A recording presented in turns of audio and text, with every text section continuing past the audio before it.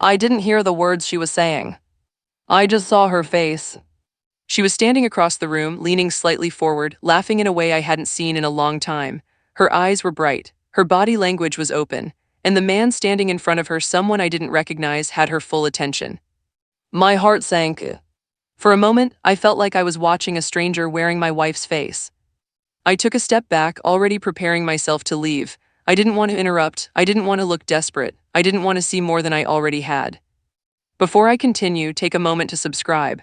These are real-life stories about love, doubt, and the moments that test us in ways we never expect. If stories like this make you think, you're in the right place. My wife and I had been married for 12 years. We weren't newly in love, but we weren't unhappy either, or so I thought. Life had settled into a rhythm.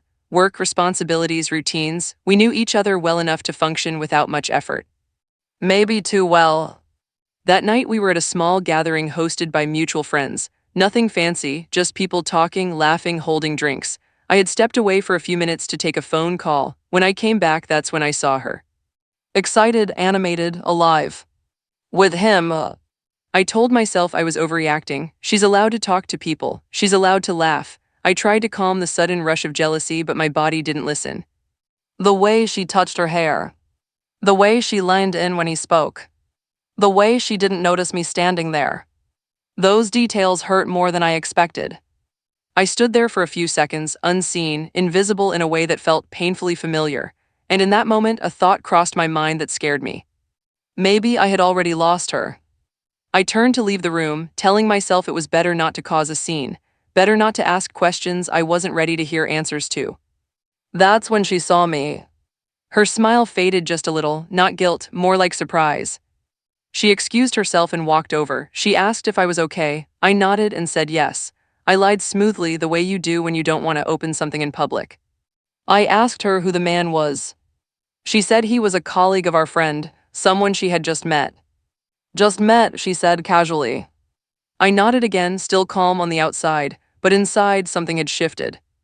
The rest of the night passed slowly. She stayed closer to me after that, but it felt forced, like damage control, and that hurt even more. On the drive home, the silence was heavy. Finally, I asked her if she was happy. She hesitated. That hesitation felt louder than any argument. She said, I don't know, I think I've been feeling invisible lately. That word hit me hard. Invisible.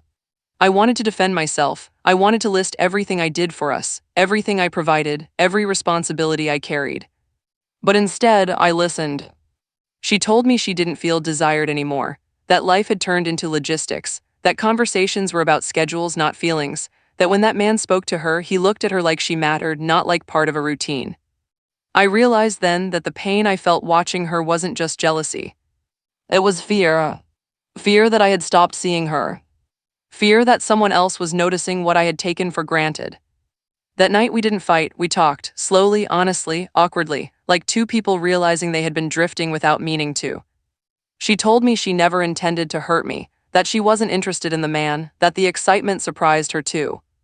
I told her how close I was to walking away at the party, how my heart sank, how small I felt. She cried, not because she was caught, but because she realized what almost happened.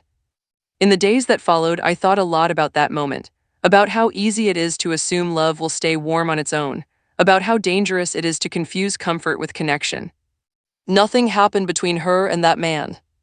But something important happened between us.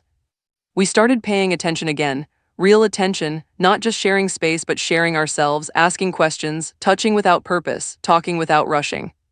I learned that jealousy isn't always about mistrust. Sometimes it's a warning, a signal that something needs care before it breaks. I almost walked away that night because I thought I was already losing her. What I realized instead was that we were losing each other, quietly. And quiet losses are the most dangerous. If you're in a relationship, don't wait until someone else makes your partner feel alive. Don't wait until your heart sinks in a crowded room. Notice each other now. If this story made you think, subscribe for more real-life stories about love, fear, and the moments that change everything, even when nothing technically goes wrong.